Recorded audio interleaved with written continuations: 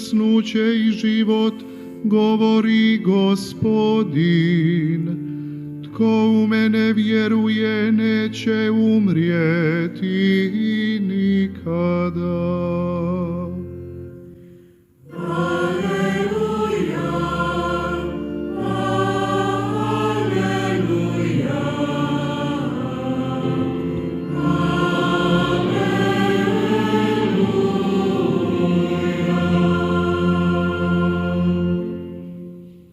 Gospodin s vama. Čitanje Svetog Evanđelja po Luki.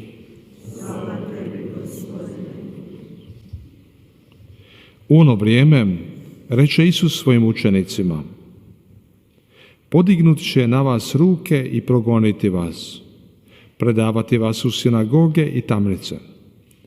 Vući će vas pred kraljeve i upravitelje zbog imena mojega. Zadesit će vas to radi svjedočenja. Stoga uzmite k srcu. Nemojte unaprijed smišljati obranu.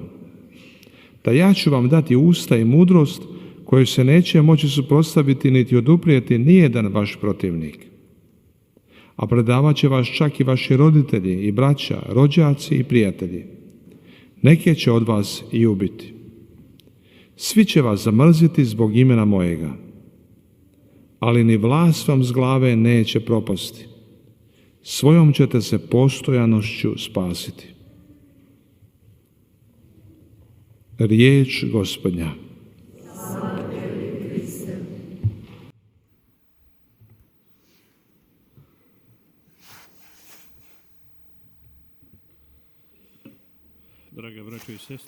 사랑하는 형제자매 여러분, 매년 이 시기가 되면 곧 연중의 전례력이 모두 끝나가는 이 시기가 될 때 교회는 복음의 구절을 제시하는데 예수님의 말씀으로서 유대인들의 이스라엘의 성전 파괴의 말씀을 제시하고 있습니다. 그래서 이 세상 마지막 곧 인간 역사, 이 지상에서 인간 역사가 결론지어지는 그 순간에 일어나는 모든 것들을 말씀해주고 계십니다. 이것은 예수님께서 마테오복음 20장, 루카복음 21장 등등에서 언급하고 있습니다. 이번 주 월요일부터 토요일까지는 루카복음 21장을 점차적으로 읽어가고 있습니다. 오늘은 이러한 말씀들 중에서 박해에 관한 말씀을 읽었습니다. 즉, 예수님을 따르고 예수님 편에 서 있는 사람들이 박해당할 것이라는 말씀을 해주고 계십니다. 예수님께서는 박해받을 것이다. 세상으로부터의 박해 뿐만 아니라 가장 가까이 있는 사람들로부터도 박해를 받을 것이라는 말씀을 하십니다. 이런 말씀을 듣는 청중들은 이러한 예수님의 선포를 그리 탐탁하게 여기지 않습니다. 그들은 다른 선포를 기다리고 있었기 때문입니다. 그들은 하늘로부터 일어나는 여러 가지 징표나 여러 가지 것들, 예수님의 재림에 앞서 오게 될 이러한 모든 것들에 관해서 듣게 됩니다. 그들은 또한 다른 것들을 기대했던 사람들입니다. 루카복음도 마찬가지고 마르코복음에서도 마찬가지입니다. 또 그러면서 아주 상세하게 이런 일들이 일어난다는 것을 말씀하실 때 이런 말씀을 들은 사람들은 예수님께 묻습니다. 이런 일이 언제 일어날 것이냐. 그러나 예수님께서는 그러한 마지막 순간은 하늘에 계신 아버지 외에 누구도 알지 못한다. 하지만 깨어서 기도해야 한다. 기도해야 한다라는 말씀을 강조하고 또 강조하십니다. 오늘도 마찬가지입니다. 이러한 상황이 선포될 때, 복음의 말씀을 선포될 때 사람들은 두려워하기도 합니다. 그 이상의 것들이 일어나지 지 않을까라는 것 때문에 그래서 사람들은 계산하기 시작합니다. 즉 하느님과 타협하고 하느님과 장사를 하려고 합니다. 그래서 잘못된 삶의 스타일 자체를 고치려고 하는 것이 아닙니다.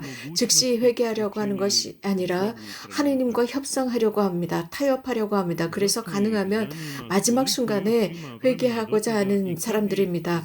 그러면서 지금부터 그 마지막 날까지 최후의 날까지 며칠이나 남았을까 계산하고 내가 언제 회개하면 좋을까라는 생각들을 합니다. 메주거리에서 여러분들이 자주 듣는 말씀은 회개하여라, 사랑하는 얘들아 회개하여라 라는 말입니다. 사람들은 그 순간 즉 그 최후의 날을 분명히 안다면 그들은 자신들의 마음대로 살고자 합니다. 그러면서 죄의 생활을 끝까지 하고 도둑질을 하고 즉 다른 사람들의 돈을 도둑질하고 사기치고 속이고 그러면서 이 마지막 순간까지 살다가 회개하고자 하는 것입니다. 그러나 하나님께서는 이런 식으로 타협하고 이런 식의 교활한 삶을 원치 않으십니다. 이런 사람들이야말로 이 세상에서 가장 위험한 생활을 하는 사람들입니다. 늘 그래왔습니다. 앞으로 일어나게 될 여러 가지 위중한 상황들에 관해서 예수님께서는 그들에게 이런 말씀을 하시면서 위협하시는 것이 아니라 그 마지막 날을 준비하라는 뜻으로 이러한 선포를 하시게 됩니다. 그렇게 준비하지 않게 되면 그 막상 그날이 왔을 때 모두 충격을 받는 것입니다. 그래서 이 세상과 화해하고 또 여러 가지 많은 것들에 타협적으로 살지 말라는 것입니다. 물론 그 마지막 때가 올 때 여러 다양한 재앙이나 많은 일들이 일어날 것이라는 말씀을 하셨습니다. 그럼으로써 가장 중요한 핵심이 무엇인지를 보여줍니다. 즉 새로운 세대의 하느님의 아들께서 다시 오신다는 것입니다. 그래서 그 구원 이 세상에 실현되는 것을 보여주는 것입니다. 이것은 예수님께서 재림하시는 모습입니다.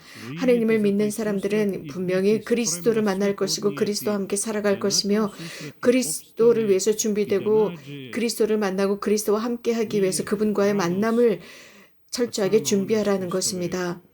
그래서 그 속에서 기쁨을 얻고 그리스도의 오른편에 서게 되는 기쁨과 참평화와 행복을 누리게 되는 것입니다. 복음에서 언급하는 대로입니다.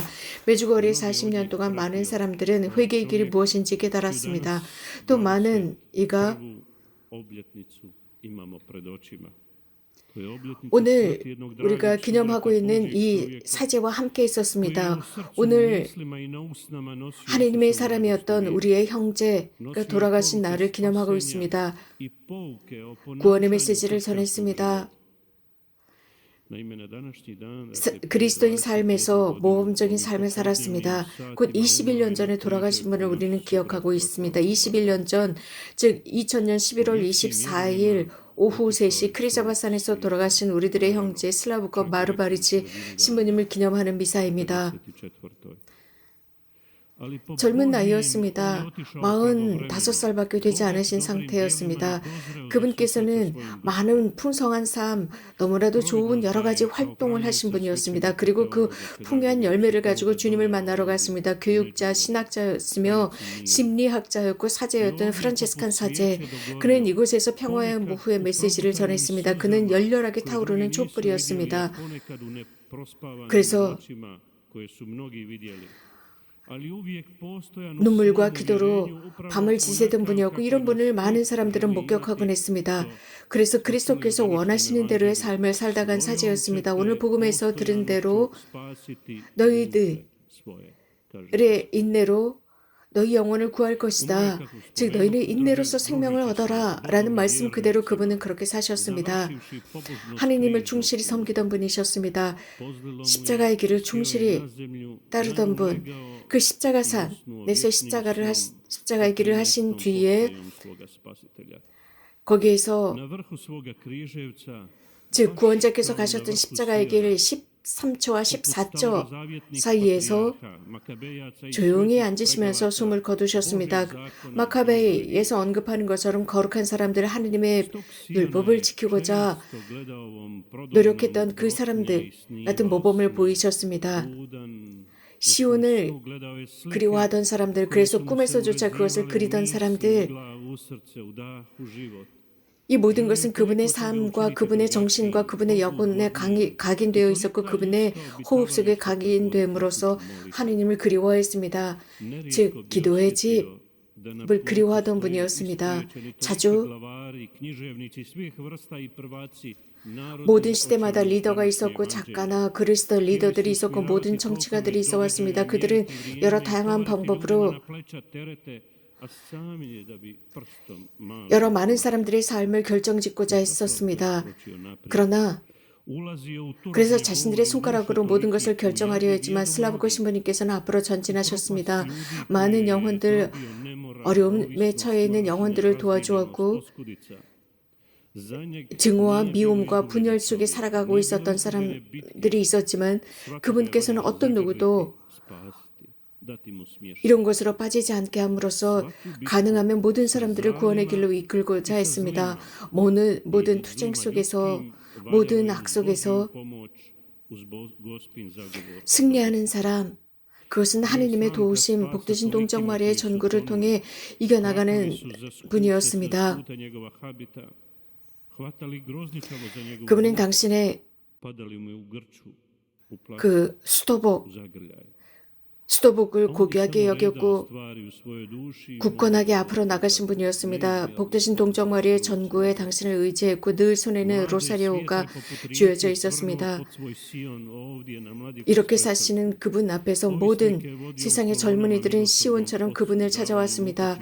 마약 중독자였던 사람들은 그분을 아버지처럼 찾아왔습니다. 삶의 여정 속에서 그분을 자신들의 모범으로 생각했습니다.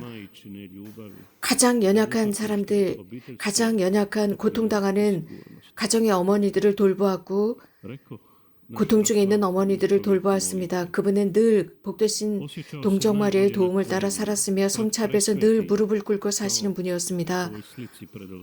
그리고 이 제대 위에서 늘 미사를 봉헌하시던 분이었습니다. 그분의 마음과 영혼은 늘 고통 중에 있었던 많은 남편과 아내와 어려움을 겪고 있는 아이들 편에 서 계셨습니다. 좌절과 비천함 속에서 가난함 속에서 살고 있는 이들, 착취당하는 사람들 편에 서 계셨던 분이었습니다. 그분은 사람들의 고통당하는 사람들의 영혼에 속삭여 주었고 위로해 준 분이었습니다. 그렇게 그 사람들은 자유를 느꼈습니다. 슬라브코 신부님께서 하셨던 일이었습니다. 신부님께서는 이렇게 마지막 순간까지 사람들의 손을 잡고 있었고 따뜻한 손으로 그들을 붙잡았으며 온유하고 따뜻하게 그들을 돌보았습니다.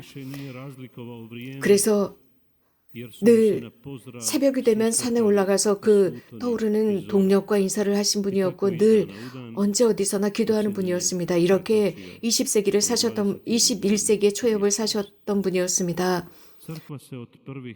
거룩한 미사를 매우 거룩하게 지내셨고 그 미사 속에서 정화된 시선으로 하느님을 만나던 분, 지금도 우리들의 기도와 우리들의 영혼 속에 있었고 이 희생제사와 미사 속에서 슬라브코 신부님을 기억하는 오늘 그분의 영혼이 하느님 속에서 영원한 평화를 누리기를 바랍니다.